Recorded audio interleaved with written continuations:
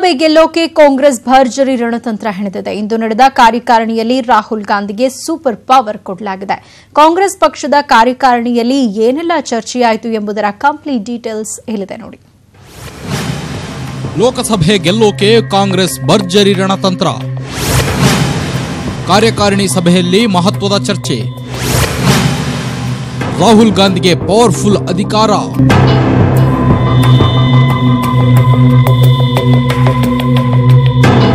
ಎರಡ್ 2019 ಲೋಕಸಭೆ ಚುನಾವಣೆಯಲ್ಲಿ ಪ್ರಧಾನಿ ನರೇಂದ್ರ ಮೋದಿ ಮಣಿಸಲು ಕಾಂಗ್ರೆಸ್ ರಣತಂತ್ರ ರೂಪಿಸಿದೆ. ಎಐಸಿಸಿ ಅಧ್ಯಕ್ಷರಾಗಿ ಅಧಿಕಾರ ವಹಿಸಿಕೊಂಡ ಬಳಿಕ ಇದೇ ಮೊದಲ ಬಾರಿಗೆ ಕಾರ್ಯಕಾರಿಣಿ ಸಭೆಯಲ್ಲಿ ರಾಹುಲ್ ಗಾಂಧಿ ಪಕ್ಷದ ಮುಖಂಡರೊಂದಿಗೆ ಚರ್ಚಿಸಿದರು. 3 ರಾಜ್ಯಗಳ ಅಸೆಂಬ್ಲಿ ಚುನಾವಣೆ ಹಾಗೂ ಲೋಕಸಭೆ ಚುನಾವಣೆ ಸಿದ್ಧತೆ ಹಾಗೂ ಮೈತ್ರಿ ಬಗ್ಗೆ ಸುದೀರ್ಘ ಚರ್ಚೆ ನಡೆಯಿತು. ಬಿಜೆಪಿ ನೇತೃತ್ವದ ಎನ್ಡಿಎ ಸರ್ಕಾರದ ವಿರುದ್ಧ ಯಾವ ರೀತಿ ಕಾರ್ಯತಂತ್ರ ರೂಪಿಸಬೇಕು ಎಂದು ಚರ್ಚೆ ಮಾಡಲಾಯಿತು. ಕಾರ್ಯಕಾರಿಣಿಯಲ್ಲಿ ಮಾತನಾಡಿದ ರಾಹುಲ್ ಗಾಂಧಿ ಪ್ರತಿ ಕ್ಷೇತ್ರದಲ್ಲೂ ಮತದಾರರ ನಂಬಿಕೆಗಳನ್ನ ಗೆಲ್ಲಬೇಕು ಎಂದು ಕರೆ ನೀಡಿದ್ದಾರೆ. ಜೊತೆಗೆ ಶಶಿ ತರೂರ್ ಹೇಳಿಕೆಗೆ ಗರಂ ಆಗಿದ್ದು ವಿವಾದಾತ್ಮಕ ಹೇಳಿಕೆಗಳನ್ನ ನೀಡದಂತೆ ಖಡಕ್ ಸೂಚನೆ ನೀಡಿದ್ದಾರೆ. ತಳಮಟ್ಟದಿಂದ ಪಕ್ಷವನ್ನ ಸಂಘಟಿಸಬೇಕಾದ ದೊಡ್ಡ ಸವಾಲು ನಮ್ಮ ಮುಂದಿದೆ. ಭಾರತದ ದನಿಯಾಗಿ ಕಾಂಗ್ರೆಸ್ಗೆ ಬಹಳ ಮಹತ್ವದ ಪಾತ್ರವಿದೆ. ಪ್ರತಿ ಕ್ಷೇತ್ರದಲ್ಲೂ ನಮ್ಮ ವಿರುದ್ಧ ಮತ ಚಲಾಯಿಸುವ ಮತದಾರರ ನಂಬಿಕೆಗಳನ್ನ ಗೆಲ್ಲುವುದು ಅಗತ್ಯ. ಈ ಕೆಲಸವನ್ನ ಪ್ರತಿಯೊಬ್ಬ ಕಾರ್ಯಕರ್ತನೂ ಮಾಡಬೇಕು. ಬಿಜೆಪಿ ಈ ದೇಶದ ಸಾಂಸ್ಥಿಕ ವ್ಯವಸ್ಥೆಯನ್ನ ಹಾಳು ಮಾಡುತ್ತಿರುವ ಹಾಗೂ ಬುಡಕಟ್ಟು ಜನರು, ದಲಿತರು, ಅಲ್ಪಸಂಖ್ಯಾತರು, ಬಡವರ ಮೇಲೆ ಆಕ್ರಮಣ ಮಾಡುತ್ತಿರುವ ಈ ಸಂದರ್ಭದಲ್ಲಿ ಕಾಂಗ್ರೆಸ್ಸಿಗರ ಮೇಲೆ ಗುರುತರ ಜವಾಬ್ದಾರಿ ಇದೆ. ಯಾವುದೇ ರೀತಿಯ ವಿವಾದಾತ್ಮಕ ಹೇಳಿಕೆಗಳನ್ನು ನೀಡಬೇಡಿ. ಸಭೆಯಲ್ಲಿ ಮಾತನಾಡಿದ ಸೋನಿಯಾ ಗಾಂಧಿ ಮೈತ್ರಿಯನ್ನ ಬಲಗೊಳಿಸಲು ಕಾಂಗ್ರೆಸ್ ಬದ್ಧವಾಗಿದೆ. ಪ್ರಜಾಪ್ರಭುತ್ವಕ್ಕೆ ಅಪಾಯ ತಂದಿರುವ ಈ ಸರ್ಕಾರದಿಂದ ನಮ್ಮ ಜನರನ್ನ ರಕ್ಷಿಸಬೇಕಿದೆ. ಮೋದಿ ಸರ್ಕಾರದ ಪತನಕ್ಕೆ ಕೌಂಟ್ ಡೌನ್ ನಡೆಯುತ್ತಿದೆ ಅಂದರು. ಮೈತ್ರಿ ಕುರಿತು ಮಾತನಾಡಿದ ಕಾಂಗ್ರೆಸ್ ಹಿರಿಯ ನಾಯಕ ಪಿ ಚಿದಂಬರಂ 12 ರಾಜ್ಯಗಳಲ್ಲಿ ಕಾಂಗ್ರೆಸ್ ಪ್ರಬಲವಾಗಿದ್ದು ಅಲ್ಲಿ ಮೈತ್ರಿ ಇಲ್ಲದೆಯೇ 150 ಕ್ಷೇತ್ರಗಳನ್ನು ಗೆಲ್ಲಲು ಸಾಧ್ಯವಿದೆ. ಇನ್ನುಳಿದ ರಾಜ್ಯಗಳಲ್ಲಿ ಪ್ರಾದೇಶಿಕ ಪಕ್ಷಗಳೊಂದಿಗೆ ಮೈತ್ರಿಗೆ ಪ್ರಯತ್ನಿಸಬಹುದು ಎಂದು ಲೆಕ್ಕಾಚಾರ ಬಿಚ್ಚಿಟ್ಟಿದ್ದಾರೆ. ಕಾರ್ಯಕಾರಿಣಿ ಮುಗಿದ ಬಳಿಕ ಮಾತನಾಡಿದ ಕಾಂಗ್ರೆಸ್ನ ಹಿರಿಯ ಮುಖಂಡ ಮಲ್ಲಿಕಾರ್ಜುನ್ ಖರ್ಗೆ ಮೈತ್ರಿ ವಿಚಾರದಲ್ಲಿ ರಾಹುಲ್ ಗಾಂಧಿಗೆ ಪರಮಾಧಿಕಾರ ನೀಡಲಾಗಿದೆ ಅಂತ ತಿಳಿಸಿದರು. अलायंस कर सकते हैं, उसका पूरा क्या है, सभी ने मिलकर एक मत से राहुल गांधी जी को ऑथराइज किया गया है और एक लार्जर अलायंस का गठन करने में उन्हें ना गुरेज है ना कोई हिचकिचाहट. हां, वो कांग्रेस की आइडियोलॉजी और कांग्रेस के हितों की अनदेखी नहीं करेंगे. कांग्रेस कार्य समिति ने इसके लिए श्री राहुल गांधी को अधिकृत किया. ಆಯಾ ರಾಜ್ಯಗಳ ರಾಜಕೀಯ ಪರಿಸ್ಥಿತಿಗೆ ಅನುಗುಣವಾಗಿ ರಾಹುಲ್ ಗಾಂಧಿ ಪ್ರಾದೇಶಿಕ ಪಕ್ಷಗಳೊಂದಿಗೆ ಮೈತ್ರಿ ಬೆಸೆಯುವ ಪ್ರಯತ್ನ ಮಾಡಿದ್ದಾರೆ. ಉತ್ತರ ಪ್ರದೇಶದಲ್ಲಿ ಎಸ್ಪಿ ಜೊತೆ ಮೈತ್ರಿಗೆ ರಾಹುಲ್ ಒಲವು ತೋರಿದ್ದಾರೆ ಅಂತ ಕಾಂಗ್ರೆಸ್ ಮೂಲಗಳು ತಿಳಿಸಿವೆ. ಅಂತೆಯೇ ಬಿಹಾರ ಮತ್ತು ಮಧ್ಯಪ್ರದೇಶಗಳಲ್ಲಿಯೂ ಸ್ಥಳೀಯ ಪಕ್ಷಗಳೊಂದಿಗೆ ಮೈತ್ರಿ ಸಾಧಿಸುವ ಹಂಬಲದಲ್ಲಿದೆ. ಈ ಸಭೆಯಲ್ಲಿ ಇದೇ ಕರ್ನಾಟಕದಿಂದ ಸಿಡಬ್ಲ್ಯೂಸಿಗೆ ಆಯ್ಕೆಯಾಗಿರುವ ಮಲ್ಲಿಕಾರ್ಜುನ ಖರ್ಗೆ ಹಾಗೂ ಮಾಜಿ ಸಿಎಂ ಸಿದ್ದರಾಮಯ್ಯ ಕೂಡ ಭಾಗಿಯಾಗಿದ್ದರು. Bureau report, news 18 Kannada, Bengaluru. ಅತ್ತ ಕಾಂಗ್ರೆಸ್ ಪಕ್ಷ ಕಾರ್ಯಕಾರಿಣಿಯಲ್ಲಿ ಗೆಲುವಿನ ರಣತಂತ್ರ ರೂಪಿಸ್ತಾ ಇದ್ರೆ, ಇತ್ತ ರಾಜ್ಯ ಬಿಜೆಪಿಯಲ್ಲಿ ಅಭ್ಯರ್ಥಿಗಳ ಚಿಂತೆ ಶುರುವಾಗಿದೆ. 2014ರಲ್ಲಿ ಸೋತಿರುವ ಕ್ಷೇತ್ರಗಳಲ್ಲಿ ಇನ್ನೂ ಅಭ್ಯರ್ಥಿಗಳ ಪಟ್ಟಿ ಸಿದ್ದವಾಗಿಲ್ಲ. 2019ರಲ್ಲಿ ಗೆಲ್ಲುವ ಬಗ್ಗೆ ಬಿಜೆಪಿ ನಾಯಕರಲ್ಲಿ ಇನ್ನೂ ವಿಶ್ವಾಸ ಮೂಡಿಲ್ಲ. ಕಳೆದ ಚುನಾವಣೆಯಲ್ಲಿ ಸೋತ 11 ಕ್ಷೇತ್ರಗಳಿಗೆ ಅಭ್ಯರ್ಥಿ ಹುಡುಕುವುದು ಈಗ ದೊಡ್ಡ ಸವಾಲಾಗಿದೆ. ಕಳೆದ ಚುನಾವಣೆಯಲ್ಲಿ ಸೋತ ಅಭ್ಯರ್ಥಿಗಳೂ ಸೇರಿದಂತೆ ಆ ಕ್ಷೇತ್ರದಲ್ಲಿರುವ ಯಾವೊಬ್ಬ ನಾಯಕರಿಗೂ ಗೆಲ್ಲುವ ಸಾಮರ್ಥ್ಯ ಇಲ್ಲ ಎಂಬ ಮಾಹಿತಿ ಇದೆ. ಸೋತಿರುವ ಕ್ಷೇತ್ರಗಳಲ್ಲಿ ಗೆಲುವಿಗೆ ಪೂರಕವಾದ ವಾತಾವರಣ ಸದ್ಯಕ್ಕಿಲ್ಲ. ಕಾಂಗ್ರೆಸ್ ಜೆಡಿಎಸ್ ದೋಸ್ತಿ ಕೂಡ ಬಿಜೆಪಿಗೆ ಇನ್ನಷ್ಟು ಆತಂಕ ಕಟ್ಟಿಟ್ಟಿದೆ. ಹೀಗಾಗಿ ವರಿಷ್ಠರ ಕೆಂಗಣಿಗೆ ಗುರಿಯಾಗುವ ಭೀತಿಯಲ್ಲಿ ರಾಜ್ಯ ಬಿಜೆಪಿ ನಾಯಕರಿದ್ದಾರೆ. ಮಹಾರಾಷ್ಟ್ರದಲ್ಲಿ ಬಲಿಷ್ಠವಾಗಿರುವ ಶಿವಸೇನೆ ಎನ್ಡಿಎ ಮೈತ್ರಿಕೂಟದಿಂದ ಹೊರಬರತಾ? ಯಾಕಂದ್ರೆ ಅವಿಶ್ವಾಸ ನಿರ್ಣಯದಲ್ಲೂ ಶಿವಸೇನೆ ಸರ್ಕಾರದ ಪರವಾಗಿ ವೋಟ್ ಮಾಡದೆ ವಾಕೌಟ್ ಮಾಡಿತ್ತು. ಅದರ ಬೆನ್ನಲ್ಲೇ ಶಿವಸೇನೆ ಮುಖ್ಯಸ್ಥ ಉದ್ದವ್ ಠಾಕ್ರೆ ಬಹಿರಂಗವಾಗಿಯೇ ಹೇಳಿಕೆ ನೀಡಿರೋದು ಮೈತ್ರಿ ಖತಮ್ ಆಗುತ್ತಾ ಅನ್ನೋ ಸೂಚನೆ ನೀಡುತ್ತದೆ. ಅಮಿತ್ ಶಾ ಕೂಡ ಏಕಾಂಗಿಯಾಗಿ ಹೋರಾಡಲು ಸಿದ್ಧ ಅಂತ ತಿರುಗೇಟು ನೀಡಿದ್ದಾರೆ. ಅವಿಶ್ವಾಸ ನಿರ್ಣಯದಿಂದ ಶಿವಸೇನೆ ವಾಕೌಟ್ ಆಗಿದ್ದೇಕೆ? ಎನ್ಡಿಎಯಿಂದ ಶಿವಸೇನೆ ಹೊರಬರೋದು ಗ್ಯಾರಂಟಿನಾ? ಎಸ್, 2019 ಲೋಕಸಭೆ ಚುನಾವಣೆಯಲ್ಲಿ ಎನ್ಡಿಎ ಮೈತ್ರಿಕೂಟದಿಂದ ಶಿವಸೇನೆ ಹೊರಬರುತ್ತಾ ಎಂಬ ಪ್ರಶ್ನೆ ಮೂಡಿದೆ. ಟಿಡಿಪಿ ಮಂಡಿಸಿದ್ದ ಅವಿಶ್ವಾಸ ನಿರ್ಣಯದಲ್ಲಿ ಬಿಜೆಪಿ ಮಿತ್ರ ಪಕ್ಷ ಶಿವಸೇನೆ ವಾಕೌಟ್ ಮಾಡಿ ಎಲ್ಲರ ಹುಬ್ಬೇರುವಂತೆ ಮಾಡಿತ್ತು. ಈಗ ಶಿವಸೇನೆ ಮುಖ್ಯಸ್ಥ ಉದ್ಧವ್ ಠಾಕ್ರೆ ನೀಡುವ ಬಹಿರಂಗ ಹೇಳಿಕೆ ಮೈತ್ರಿಗೆ ಮತ್ತಷ್ಟು ಪೆಟ್ಟು ಬಿದ್ದಂತಾಗಿದೆ. ಉದ್ಧವ್ ಠಾಕ್ರೆ ಶಿವಸೇನೆ ಮುಖ್ಯಸ್ಥ, ನಮ್ಮ ಪಕ್ಷ ಮೊದಲಿನಿಂದಲೂ ಬಿಜೆಪಿಯನ್ನ ಬಹಿರಂಗವಾಗಿ ಬೆಂಬಲಿಸುತ್ತಿತ್ತು. ಈಗ ಬಹಿರಂಗವಾಗಿಯೇ ವಿರೋಧಿಸುತ್ತಿದ್ದೇವೆ. ಮೊದಲು ಬಿಜೆಪಿಗೆ ವೋಟ್ ಮಾಡಲು ನಿರ್ಧರಿಸಿದ್ದೆವು, ಬಳಿಕ ನಾವು ಸದನದಿಂದ ವಾಕೌಟ್ ಮಾಡಲು ಬಿಜೆಪಿಯೇ ಕಾರಣ. ಇತ್ತ ಶಿವಸೇನೆ ಎನ್ಡಿಎಯಿಂದ ಹೊರಗೆ ಕಾಲಿಡಲು ಯತ್ನಿಸುತ್ತಿದ್ರೆ ತೆಲಂಗಾಣದ ಟಿಎಸ್ಆರ್ ಎನ್ಡಿಎ ತೆಕ್ಕೆಗೆ ಬೀಳೋ ನಿರೀಕ್ಷೆ ಇದೆ. Bureau report, news 18 Kannada. JDS Congress ನೇತೃತ್ವದ ದೋಸ್ತಿ ಸರ್ಕಾರದ ಆಯುಷ್ಯ ಕಡಿಮೆ, ಮೈತ್ರಿ ಸರ್ಕಾರ ಶೀಘ್ರದಲ್ಲೇ ಪತನ ಆಗುತ್ತೆ. ಇದನ್ನ ನಾವು ಹೇಳ್ತಾ ಇಲ್ಲ, ಕಾಂಗ್ರೆಸ್ ಮಾಜಿ ಶಾಸಕರೊಬ್ಬರೇ ಭವಿಷ್ಯ ನುಡಿದಿದ್ದಾರೆ. ಆ ನಾಯಕರ ಹೇಳಿಕೆ ಈಗ ಮೈತ್ರಿ ಸರ್ಕಾರವನ್ನೇ ಅಲುಗಾಡಿಸಿದೆ. ಮೈತ್ರಿ ಸರ್ಕಾರ ಶೀಘ್ರದಲ್ಲೇ ಪತನ, ಮಾಜಿ ಶಾಸಕ ಕೆಎನ್ ರಾಜಣ್ಣ ಭವಿಷ್ಯ. ಎಸ್, ಮೈತ್ರಿ ಸರ್ಕಾರದ ಕಾರ್ಯವೈಖರಿ ನೋಡ್ತಿದ್ರೆ ಈ ಸರ್ಕಾರದ ಆಯುಷ್ಯ ಕಡಿಮೆ, ದೋಸ್ತಿ ಸರ್ಕಾರ ಶೀಘ್ರದಲ್ಲೇ ಪತನಗೊಳ್ಳುತ್ತೆ ಅಂತ ಮಧುಗಿರಿಯ ಮಾಜಿ ಶಾಸಕ ಕಾಂಗ್ರೆಸ್ ಮುಖಂಡ ಕೆಎನ್ ರಾಜಣ್ಣ ಭವಿಷ್ಯ ನುಡಿದಿದ್ದಾರೆ. ಇನ್ನು ಬೇರೆ ಬೇರೆ ಇಲಾಖೆಯಲ್ಲೂ ಹಸ್ತಕ್ಷೇಪ ಮಾಡ್ತಿದ್ದಾರೆ ಅಂತ ಸಚಿವ ಎಚ್.ಡಿ. ರೇವಣ್ಣ ವಿರುದ್ಧವೂ ಕಿಡಿಕಾರಿದ್ದಾರೆ. ಏನಾಗಿದೆ, ಮೈತ್ರಿ ಸರ್ಕಾರದಲ್ಲಿ ಇಬ್ರು ಕೂಡ ಮೈತ್ರಿ ಧರ್ಮ ಪಾಲಿಸ್ಕೊಂಡು ಹೋದ್ರೆ ಇಬ್ರಿಗೂ ಗೌರವ ಇರ್ತದೆ. ಖಾದರ್ ಇದರಲ್ಲಿ ಅವ್ರು ಕೇಳ್ದೇನೆ ಇವರೊಬ್ಬನ ಅಧಿಕಾರಿ ಪೋಸ್ಟ್ ಮಾಡ್ತಾರೆ ಅಂತಾನೆ ಮೈತ್ರಿ ಧರ್ಮ ಎಲ್ಲಿ ಪಾಲಿಸ್ತಾ ಇದ್ದಾರೆ. ಅದರಿಂದ ಇದಕ್ಕೆ ಹೆಚ್ಚು ಆಯುಷ್ ಇಲ್ಲ ಅಂತೇಳಿ ನನ್ನ ಭಾವನೆ. ಸಿಎಂ ಕುಮಾರಸ್ವಾಮಿ ಕಣ್ಣೀರು ಹಾಕಿದ್ದು ಕಾಂಗ್ರೆಸ್ಗೆ ಧಕ್ಕೆಯಾಗಿದೆ. ಹೆಣ್ಮಕ್ಳ ರೀತಿ ಅಳೋದು ತರವಲ್ಲ ಅಂತ ಅಸಮಾಧಾನ ವ್ಯಕ್ತಪಡಿಸಿದ್ರು. ಲೋಕಸಭಾ ಚುನಾವಣೆಯಲ್ಲಿ ತುಮಕೂರು ಕ್ಷೇತ್ರವನ್ನ ಜೆಡಿಎಸ್ಗೆ ಬಿಟ್ಟು ಕೊಟ್ರೆ ನಾನು ಕಣಕ್ಕಿಳಿಯೋದು ಖಚಿತ ಅಂದ್ರು.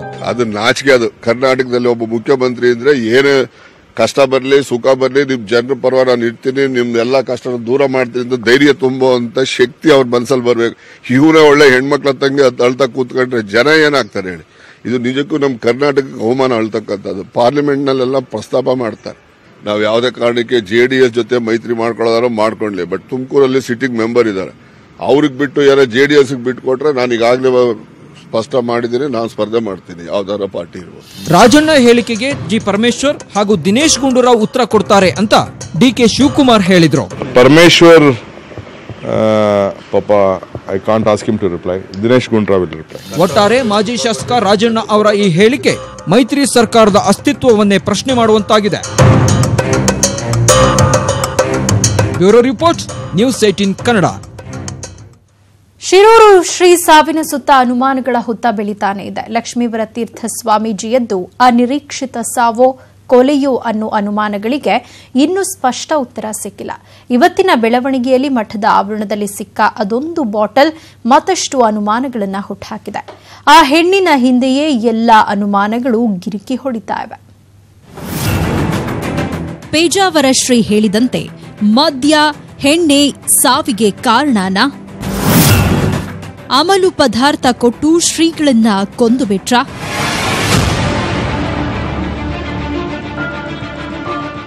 ಹೌದು, ಶಿರೂರು ಶ್ರೀಗಳ ನಿಗೂಢ ಸಾವು ಪ್ರಕರಣಕ್ಕೆ ದಿನೇ ದಿನೇ ಹೊಸ ಟ್ವಿಸ್ಟ್ ಸಿಗ್ತಿದೆ.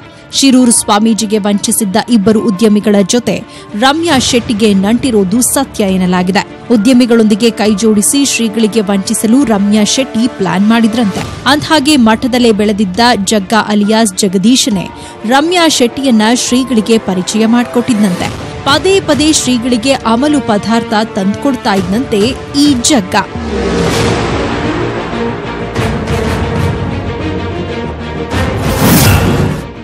ಸ್ವಾಮೀಜಿಗೆ ಮುಳುವಾಯ್ತ ಗೋಡಂಬಿ ಜ್ಯೂಸ್. ಮೂಸಂಬಿ ಬದಲು ಗೋಡಂಬಿ ಜ್ಯೂಸ್ ಕೊಡ್ತಿದ್ರಾ? ಇನ್ನು ಶಿರೂರು ಮೂಲ ಮಠದಲ್ಲಿ ಗೋಡಂಬಿ ಹುಡಿ ಡಬ್ಬ ಪತ್ತೆಯಾಗಿದೆ. ಶ್ರೀಗಳಿಗೆ ಮೂಸಂಬಿ ಜ್ಯೂಸ್ ಫೇವರೇಟ್ ಆದ್ರೂ ಬೇಕಂತಲೇ ರಮ್ಯಾ ಶ್ರೀಗಳಿಗೆ ಗೋಡಂಬಿ ಜ್ಯೂಸ್ ಕೊಡ್ತಿದ್ರು ಎನ್ನಲಾಗಿದೆ. ಇದು ಕೂಡ ಸೈಡ್ ಎಫೆಕ್ಟ್ ಹೊಂದಿದೆ ಎನ್ನಲಾಗಿದೆ.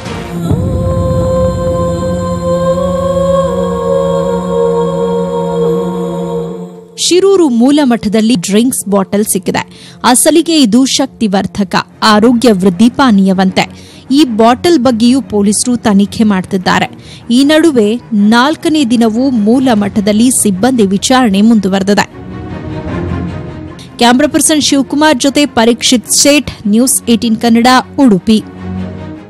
ಸರ್ಕಾರಿ ಕಚೇರಿಗಳ ಫೋಟೋದಲ್ಲಿರುವ ಮೂವರಿಂದಾಗಿ ದೇಶಕ್ಕೆ ಸ್ವಾತಂತ್ರ್ಯ ಸಿಕ್ಕಿಲ್ಲ ಅಂತ ಕೇಂದ್ರ ಸಚಿವ ಅನಂತಕುಮಾರ್ ಹೆಗಡೆ ನೆಹರು ಗಾಂಧಿ ಕುಟುಂಬದ ವಿರುದ್ಧ ಕಿಡಿಕಾರಿದ್ದಾರೆ. ಸೈನಿಕರನ್ನ ವೈರಿಗಳ ಮಧ್ಯೆ ಬಿಟ್ಟು ಫಾರಿನ್ನಲ್ಲಿ ಮೋಜು ಮಾಡಿದ ಪ್ರಧಾನಿ ಅಂತ ನೆಹರು ವಿರುದ್ಧ ಪರೋಕ್ಷವಾಗಿ ದಾಳಿ ಮಾಡಿದ್ರು. 2019ಕ್ಕೂ ಕೇಂದ್ರದಲ್ಲಿ ಬಿಜೆಪಿ ಅಧಿಕಾರಕ್ಕೆ ಬರುವುದು ಖಚಿತ ಅಂತ ಹೇಳಿದ್ರು. ಇವತ್ತು ರಾಜಕಾರಣದಲ್ಲಿ ದೇಶದಲ್ಲಿ ಯಾವ್ದಾದ್ರು ಎರಡು ಫೋಟೋಗಳಿದ್ರೆ ಬಹುತೇಕ ಯಾರ್ಯಾರ ಹೆಸರು ಬರುತ್ತೆ ಅಂತ ನಿಮ್ಗೆ ಗೊತ್ತು. ಆ ಹೆಸರು ಯಾವುದು ಅಲ್ಲ, ನಮ್ಮ ದೇಶಕ್ಕೆ ಒಂದು ಏಕೀಕೃತ ಸ್ವರೂಪವನ್ನ ಕೊಟ್ಟಿದ್ದಿದ್ರೆ ಅದು ಸರ್ದಾರ್ ವಲ್ಲಭಭಾಯಿ ಪಟೇಲ್. ಶಾಂತಿಯ ಹೆಸರಿನಲ್ಲಿ, ಸಜ್ಜನಿಕೆಯ ಹೆಸರಿನಲ್ಲಿ ಹೇಳಿದ್ದರ ಪರಮಾವಧಿಯನ್ನು ನಮ್ಮ ನಾಯಕತ್ವ ಪ್ರದರ್ಶನ ಮಾಡ್ತಾರೆ. ರಾಮಾಯಣವನ್ನ ಬ್ರಾಹ್ಮಣೀಕರಣ ಮಾಡಲಾಗಿದೆ. ರಾಮನನ್ನ ದೇವರೆಂದು ಬಿಂಬಿಸುವ ವಿತಂಡವಾದ ವಿಜೃಂಭಿಸ್ತಾ ಇದೆ. ಸ್ವಾಮಿ ವಿವೇಕಾನಂದರು ಅಮೆರಿಕಾದಲ್ಲಿ ಗೊತ್ತಿದ್ದೇ ಗೋಮಾಂಸ ತಿಂದಿದ್ರು. ಹೇಗಂತ ಉಡುಪಿಯಲ್ಲಿ ಚಿಂತಕ ಹಿರಿಯ ರಂಗಕರ್ಮಿ ಪ್ರಸನ್ನ ಹೇಳಿಕೆ ನೀಡಿದ್ದಾರೆ. ಎರಡೇ ಕ್ಷಣದಲ್ಲಿ ಅವ್ರನ್ನ ಕೊಂದು ಹಾಕ್ತಿದ್ರು. ಯಾಕೆಂತಂದ್ರೆ ವಿವೇಕಾನಂದರು ನಾವು ಹಾಗೆ ನೋಡ್ತಾ ಇದ್ದೀವಿ, ಹಿಂದೂ ಧರ್ಮವನ್ನ ಕಾಪಾಡಿದ ಮನುಷ್ಯ. ಅವರು ಅಮೆರಿಕೆಯಲ್ಲಿ ಗೋಮಾಂಸವನ್ನ ತಿಂದಾಗ ಅವರಿಗದು ಗೋಮಾಂಸ ಅಂತ ಗೊತ್ತಿರುತ್ತೆ, ಗೊತ್ತಿದ್ದು ತಿಂತಾರೆ, ಮತ್ತೆ ನಾನು ತಿಂದೆ ಅಂತ ಹೇಳ್ತಾರೆ. ಒಂಟಿಯಾದ ರಾಮನನ್ನ ಅವನ ಕೈಗೆ ಬಿಲ್ಲು ಕೊಟ್ಟು ಬಾಬರ್ನ ವಿರುದ್ಧ ಅವನನ್ನ ಸೆಣಸೋ ಹಾಗೆ ಮಾಡಿ, ಆಂಜನೇಯನನ್ನ ಒಬ್ಬ ವಿಕಾರವಾದ ರಾಕ್ಷಸ ರೂಪಿಯನ್ನಾಗಿ ಮಾಡಿ, ಆಂಜನೇಯ ಎಂಥ ಸಭ್ಯ ಮನುಷ್ಯ ಅಂತಂದ್ರೆ ಅವನು ಇಡೀ ಬದುಕಿನಲ್ಲಿ ಅವನಿಗೊಂದು ಕೆಟ್ಟ ಮಾತಾಡಿದ್ದಿಲ್ಲ ಅನ್ನೋದನ್ನ ಪ್ರತಿಯೊಬ್ಬ ತಾಯಂದ್ರು ನಮ್ಗೆ ಮಕ್ಕಳಿಗೆ ಕಲಿಸಿದ್ರು. ರಾಮನಿಗಿಂತ ಸಭ್ಯ ಹನುಮಂತ. ಒಂದನ್ನ ಸಿಟ್ಟಿಂದ ಎದುರಿಸೋಕಾಗೋದಿಲ್ಲ, ತಾಳ್ಮೆಯಿಂದ ಎದುರಿಸಬೇಕು, ಪ್ರೀತಿಯಿಂದ ಎದುರಿಸಬೇಕು ಅನ್ನೋ ಸತ್ಯ ಹೇಳ್ತಾ ಇದ್ದಾನೆ. ಆದ್ರೆ ಆ ಸತ್ಯ ಯಾಕೆ ತಮಾಷೆಯಾಗಿ ಕಾಣಿಸ್ತಾ ಇದೆ ಅಂದ್ರೆ, ರಾಹುಲ್ ಗಾಂಧಿಯ ಹಿಂದೆ ನಿಂತಿರುವ ಡಿ ಕೆ ಶಿವಕುಮಾರ್ ಆಗಲಿ ಅಥವಾ ರಾಹುಲ್ ಗಾಂಧಿಯ ಹಿಂದೆ ನಿಂತಿರುವ ಸಿದ್ದರಾಮಯ್ಯನವರಾಗ್ಲಿ ಅವರನ್ನ ಜನ ನಂಬ್ತಾ ಇದ್ದಾರೆ. ಬೆಂಗಳೂರಿನ ಪ್ರತಿಷ್ಠಿತ ಬೌರಿಂಗ್ ಇನ್ಸ್ಟಿಟ್ಯೂಟ್ನ ಲಾಕರ್ನಲ್ಲಿ ಪತ್ತೆಯಾದ ಖಜಾನೆಯ ಮೂಲ ಹುಡುಕಲು ಮುಂದಾಗಿದ್ದಾರೆ ಐಟಿ ಅಧಿಕಾರಿಗಳು. ನೋಟ್ ಬ್ಯಾನ್ ಸಂದರ್ಭದಲ್ಲಿ ರಾಜಕಾರಣಿಗಳ ಕೋಟ್ಯಾಂತರ ಹಣವನ್ನು ಎಕ್ಸ್ಚೇಂಜ್ ಮಾಡಿದ್ದನಂತೆ ಉದ್ಯಮಿ ಅವಿನಾಶ್ ಅಮರ್ಲಾಲ್. ಐಟಿ ವಿಚಾರಣೆ ಬಳಿಕ ಪ್ರಕರಣದ ಗಂಭೀರತೆ ಆಧರಿಸಿ ಕೇಸ್ ಇಡಿಗೆ ಹಸ್ತಾಂತರವಾಗುವ ಸಾಧ್ಯತೆ ಇದೆ. ಕೊಪ್ಪರಿಗೆ ಎಷ್ಟು ಸಿಕ್ಕ ಕಪ್ಪು ಖಜಾನೆ ಹಿಂದೆ ಬಿದ್ದ ಐಟಿಯಿಂದ ನಾಳೆ ಅವಿನಾಶ್ಗೆ ನೋಟಿಸ್ ಸಾಧ್ಯತೆ. ಬೌರಿಂಗ್ ಇನ್ಸ್ಟಿಟ್ಯೂಟ್ ಲಾಕರ್ನಲ್ಲಿ ಕೋಟ್ಯಂತರ ಹಣ ಸಿಕ್ಕ ಪ್ರಕರಣ ಸಂಬಂಧ ಐಟಿ ತಂಡ ಕ್ಲಬ್ನಲ್ಲಿ ಪರಿಶೀಲನೆ ನಡೆಸಿದೆ. ಕ್ಲಬ್ನ ಆಡಳಿತ ಮಂಡಳಿಯಿಂದ ಸಂಪೂರ್ಣ ಮಾಹಿತಿ ಪಡೆದಿದ್ದಾರೆ. ಬ್ಯಾಡ್ಮಿಂಟನ್ಗೆ ಒಟ್ಟು 126 ಲಾಕರ್ಗಳನ್ನು ನೀಡಲಾಗಿದ್ದು ಅವೆಲ್ಲವನ್ನು ಅಧಿಕಾರಿಗಳು ಜಾಲಾಡಿದ್ದಾರೆ. ಉದ್ಯಮಿ ಅವಿನಾಶ್ ಅಮರ್ಲಾಲ್ನನ್ನ ನಿನ್ನೆ ಐಟಿ ಅಧಿಕಾರಿಗಳು ವಿಚಾರಣೆ ನಡೆಸಿದ್ರು. ಇನ್ನು 500 ಕೋಟಿಗೂ ಹೆಚ್ಚು ಬೇನಾಮಿ ಆಸ್ತಿ ದಾಖಲೆಗಳು ಸಿಕ್ಕ ಹಿನ್ನೆಲೆಯಲ್ಲಿ ಅದರ ಮೂಲದ ಪತ್ತೆಗೆ ಅಧಿಕಾರಿಗಳು ಮುಂದಾಗಿದ್ದಾರೆ. ಕೇಸನ್ನ ಇಡಿಗೆ ಹಸ್ತಾಂತರಿಸುವ ಸಾಧ್ಯತೆ ಇದೆ. ವಿಚಾರಣೆಗೆ ಹಾಜರಾಗುವಂತೆ ಅವಿನಾಶ್ ಅಮರ್ಲಾಲ್ಗೆ ನಾಳೆ ನೋಟಿಸ್ ಜಾರಿಯಾಗೋ ಸಾಧ್ಯತೆ ಇದೆ. ಯಾರು ಈ ಅವಿನಾಶ್ ಅಮರ್ಲಾಲ್? ಅವಿನಾಶ್ ಅಮರ್ಲಾಲ್ ಕುಕ್ರೇಜಾ ರಿಯಲ್ ಎಸ್ಟೇಟ್ ಉದ್ಯಮಿ. ಬೆಂಗಳೂರಿನಲ್ಲಿ ನಡೀತಿರೋ ಮೀಟರ್ ಬಡ್ಡಿಕೋರರಲ್ಲಿ ಅವಿನಾಶ್ ನಂಬರ್ 1. ಅವಿನಾಶ್ ಕುಟುಂಬ ಬಹಳ ವರ್ಷಗಳ ಹಿಂದೆ ಬೆಂಗಳೂರಿಗೆ ಬಂದು ನೆಲೆಸಿದೆ. ಆಗ ಅವಿನಾಶ್ ತಂದೆ ಗಿರಿವಿ ಅಂಗಡಿ ಇಟ್ಟುಕೊಂಡಿದ್ರಂತೆ. ಇದೀಗ ಕೋಟ್ಯಂತರ ರೂಪಾಯಿ ಒಡೆಯನಾಗಿರೋ ಈ ಅಮರ್ಲಾಲ್ ಪ್ರೆಸ್ಟೀಜ್ ಕಂಪನಿಯ ಪಾಲುದಾರ ಕೂಡ ಆಗಿದ್ದಾನೆ. ಮಗ ಅವಿನಾಶ್ಗೆ ಅವಿನಾಶ್ ಎಂಬ ಹೆಸರಿನಲ್ಲಿ ಜೆಸಿ ರೋಡ್ನಲ್ಲೊಂದು ಟೈರ್ ಮಳಿಗೆ ಮಾಡಿಕೊಟ್ಟಿದ್ದಾರೆ. ಈ ನಡುವೆ ನೋಟ್ ಬ್ಯಾನ್ ಸಂದರ್ಭದಲ್ಲಿ ರಾಜಕಾರಣಿಗಳಿಗೆ ನೋಟ್ ಎಕ್ಸ್ಚೇಂಜ್ ಮಾಡಿಕೊಟ್ಟ ಶಂಕೆಯೂ ವ್ಯಕ್ತವಾಗಿದೆ. ತನ್ನ ಬಳಿ ಇದ್ದ ಕೋಟ್ಯಂತರ ರು ಹಣವನ್ನ 30% ಬಡ್ಡಿಯಂತೆ ಫೈನಾನ್ಸ್ ಕೊಡ್ತಿದ್ದ ಎನ್ನಲಾಗಿದೆ. ಪ್ರತಿಷ್ಠಿತ ಕ್ಲಬ್ಗಳಲ್ಲಿ ಸದಸ್ಯತ್ವ. ಉದ್ಯಮಿ ಅವಿನಾಶ್ ಬೌರಿಂಗ್ ಸೇರಿದಂತೆ ಪ್ರತಿಷ್ಠಿತ ಕ್ಲಬ್ಗಳಲ್ಲಿ ಸದಸ್ಯತ್ವ ಹೊಂದಿದ್ದಾನೆ. ಬೇರೆ ಕ್ಲಬ್ಗಳಲ್ಲಿಯೂ ಅಕ್ರಮ ಹಣ ಶೇಖರಿಸಿಟ್ಟಿರೋ ಶಂಕೆ ವ್ಯಕ್ತವಾಗಿದೆ. ಈ ಹಿನ್ನೆಲೆಯಲ್ಲಿ ತನಿಖೆ ನಡೆಸಲಾಗುತ್ತಿದೆ. Gangadhara Vagata, crime bureau, news 18 Kannada. Fraser ಟೌನ್ನಲ್ಲಿ 2 ತಿಂಗಳ ಹಿಂದೆ ಕರೆಂಟ್ ಕಂಬದ ವೈರ್ ತಾಕಿ ಅಪಘಾತಕ್ಕೊಳಗಾಗಿದ್ದ ಮುಬಾಸಿರ್ ಶರೀಫ್ ಕುಟುಂಬವನ್ನು ಬೆಸ್ಕಾಂ ಅಧಿಕಾರಿಗಳು ನಿರ್ಲಕ್ಷಿಸಿದ್ದಾರೆ. ಹೀಗಂತ ಈ ಬಗ್ಗೆ ನ್ಯೂಸ್ 18 ಕನ್ನಡ ಇಂದು ವಿಶೇಷ ವರದಿ ಪ್ರಸಾರ ಮಾಡಿತು. ಕುಟುಂಬವನ್ನೇ ಕರೆಸಿ ಜನರ ಮುಂದಿಡ್ತು. ಅದರ ಪರಿಣಾಮ ಬೆಸ್ಕಾಂ ಹಾಗೂ ಸರ್ಕಾರ ಸ್ಪಂದಿಸಿದೆ.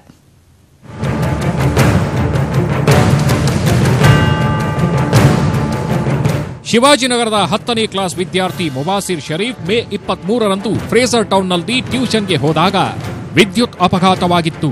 ವಿದ್ಯುತ್ ಕಂಬದಿಂದ ಹೊರಚಾಚಿದ್ದ ವೈರ್ ತಾಗಿ ಬಾಲಕ ಕೋಮಾಗೆ ತಲುಪಿದ್ದ. ಖಾಸಗಿ ಆಸ್ಪತ್ರೆ ಸೇರಿದ ಬಾಲಕನ ಕುಟುಂಬಕ್ಕೆ ಬೆಸ್ಕಾಂ ಅಧಿಕಾರಿಗಳು ಯಾವುದೇ ಸಹಾಯ ಮಾಡಲೇ ಇಲ್ಲ. ಈ ಬಗ್ಗೆ ನ್ಯೂಸ್ 18 ಕನ್ನಡ ವಿಶೇಷ ವರದಿ ಪ್ರಕಟಿಸಿತು.